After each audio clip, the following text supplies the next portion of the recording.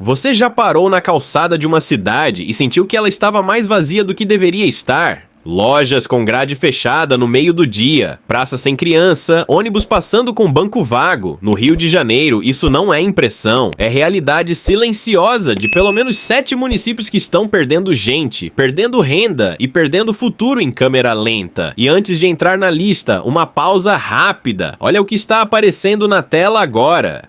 Esse mapa magnético decorativo do Brasil é perfeito para quem viaja e quer registrar os estados que já conheceu, colando foto diretamente no mapa. Mas mesmo que você não seja um viajante frequente, ele transforma qualquer parede em um painel bonito, moderno e cheio de personalidade. É decoração e memória ao mesmo tempo. O link está na descrição, dá uma olhada. Voltando, essas cidades que você vai ver agora não são vilãs, têm história. Tem gente boa, tem estrutura que muita cidade menor invejaria, mas a trajetória importa tanto quanto o ponto atual, e a trajetória dessas 7 está apontando para um lugar que ninguém quer encarar. Número 7. Itaperuna. Itaperuna já foi o município mais rico do noroeste fluminense. Tinha agropecuária forte, comércio ativo e servia de polo regional para quase 20 municípios ao redor. O problema é que esse papel de centro regional começou a ser dividido e depois disputado. Com a melhora das estradas e a chegada do comércio digital, o morador dos municípios vizinhos parou de ir até Itaperuna para comprar, para resolver, para estudar. E o morador de Itaperuna começou a ir até Campos dos Goytacazes ou até o próprio Rio para o que a cidade não oferecia mais. A população estacionou em torno de 108 mil habitantes. Mas a pirâmide etária envelheceu visivelmente. O centro comercial tem um índice de vacância de lojas que dobrou nos últimos 6 anos. Um comerciante local que opera há 18 anos na cidade disse numa conversa direta: "A gente perdeu o cliente de fora e o de dentro foi junto." Itaperuna não está destruída, mas está encolhendo em função. E cidade que encolhe em função antes de encolher em população já deu o primeiro passo para o esvaziamento real. Número 6. Miracema. Miracema tem menos de 30 mil habitantes e carrega um histórico que muita gente esqueceu. Foi sede de comarca importante, teve um movimento comercial considerável para seu tamanho e servia como ponto de conexão logística no Médio Paraíba Fluminense. Hoje, a cidade enfrenta aquilo que geógrafos chamam de efeito sugador das cidades médias próximas. Campos, Macaé e até Três Rios puxam para si a mão de obra qualificada, os jovens formados e os negócios que antes teriam motivo para se instalar em Miracema. O mercado imobiliário parou, não caiu dramaticamente, simplesmente parou, não tem demanda suficiente para movimentar. Um servidor público municipal que mora lá há 22 anos descreveu com precisão: todo filho que cresce aqui vai embora. Os que ficam são os que não conseguiram sair ainda, ou os que já desistiram de tentar. É duro ouvir, mas é o tipo de frase que os dados confirmam. Número 5. São Fidélis.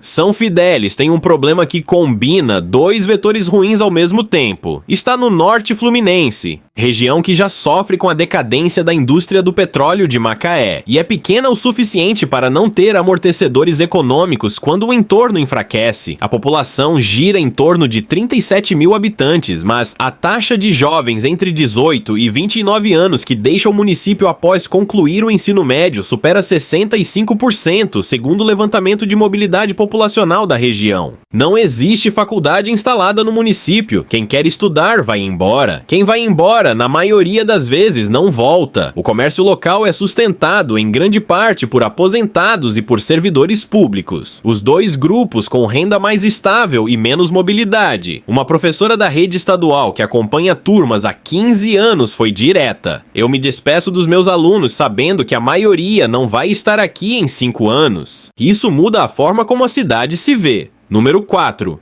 Italva. Italva tem menos de 14 mil habitantes e é um dos municípios mais silenciosamente críticos dessa lista. Não aparece em reportagem, não gera polêmica, não protagoniza crise, simplesmente vai esvaziando. A economia local é dominada por funcionalismo público e pecuária extensiva, 2 setores que empregam pouco, que não atraem investimento novo e que não retêm jovens qualificados. O município depende de repasses do Fundo de Participação dos Municípios para mais de 90% do seu orçamento. orçamento. Isso significa que qualquer ajuste fiscal federal impacta diretamente a capacidade da prefeitura de manter serviços básicos. Não é hipótese, já aconteceu. Em 2022, a prefeitura atrasou o pagamento de servidores por 4 meses consecutivos. O impacto no comércio local foi imediato e visível. Um pequeno empresário do setor de alimentação resumiu: quando o servidor não recebe, o mercado não vende, o fornecedor não entrega e eu não pago o funcionário, é cadeia.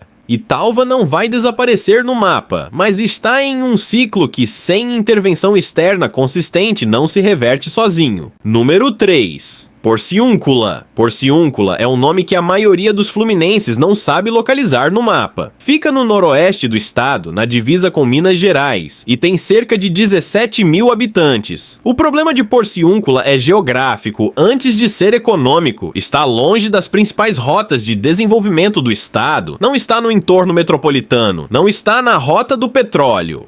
Não está em nenhuma das grandes conexões logísticas que o Rio de Janeiro usa para distribuir crescimento. Está literalmente no fim da linha. A cidade perdeu quase 8% da sua população nos últimos 10 anos, segundo dados do IBGE. Não por catástrofe, por exaustão lenta. A juventude vai para Niterói, vai para o Rio, vai para as cidades mineiras do entorno. O comércio central tem blocos inteiros com imóveis desocupados. Um médico que serviu pelo Programa Federal de Saúde na cidade por 2 anos e depois foi embora, deixou um registro que circulou em grupos locais. A cidade tem coração, tem comunidade, tem afeto, mas não tem futuro econômico visível, e isso faz diferença quando você tem 25 anos e uma vida para construir. Número 2.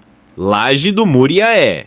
Laje do Muriaé é o menor município dessa lista, com pouco mais de 7 mil habitantes. E talvez o caso mais avançado de esvaziamento silencioso do estado do Rio de Janeiro. O município nunca teve base industrial, sempre dependeu da agropecuária familiar e do funcionalismo, com a mecanização da agricultura e a redução progressiva do quadro de servidores municipais. Os dois pilares enfraqueceram ao mesmo tempo, o que acontece quando uma cidade pequena perde os dois sustentáculos econômicos de uma vez. O comércio fecha.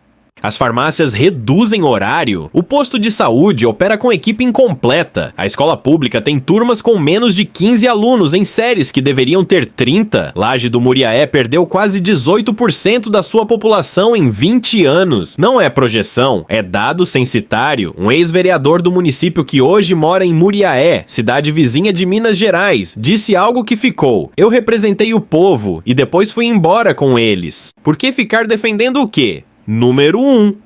Aperibé. Aperibé é o número 1 dessa lista não porque seja mais conhecida, mas porque reúne, em escala reduzida, todos os fatores de vulnerabilidade que aparecem separados nas outras 6. É o município mais novo do estado do Rio de Janeiro, emancipado em 1993. Tem cerca de 11 mil habitantes e nunca desenvolveu uma base econômica própria que justificasse a emancipação. Além do interesse político da época, a arrecadação própria do município é irrisória. Depende de transferências constitucionais para praticamente tudo. Não tem hospital, não tem faculdade, não tem polo industrial, não tem atração turística consolidada. O que tem é uma prefeitura funcionando, uma câmara de vereadores e uma população que, em grande parte, trabalha em municípios vizinhos como Santo Antônio de Pádua ou em cidades mineiras próximas. Aperibé é, na prática, uma cidade dormitório sem a cidade grande por perto que justifica o modelo. O mercado imobiliário não tem liquidez, imóveis ficam meses, às vezes anos sem comprador. A taxa de jovens que emigra após o ensino médio é sistematicamente alta há 2 décadas. Um morador antigo que acompanhou a emancipação do município desde o início disse numa entrevista local: a gente queria ser cidade, virou cidade, só não virou próspera. Aperibé não vai sumir do mapa amanhã, mas é o exemplo mais completo do estado de como uma cidade pode existir formalmente e esvaziar-se funcionalmente ao mesmo tempo.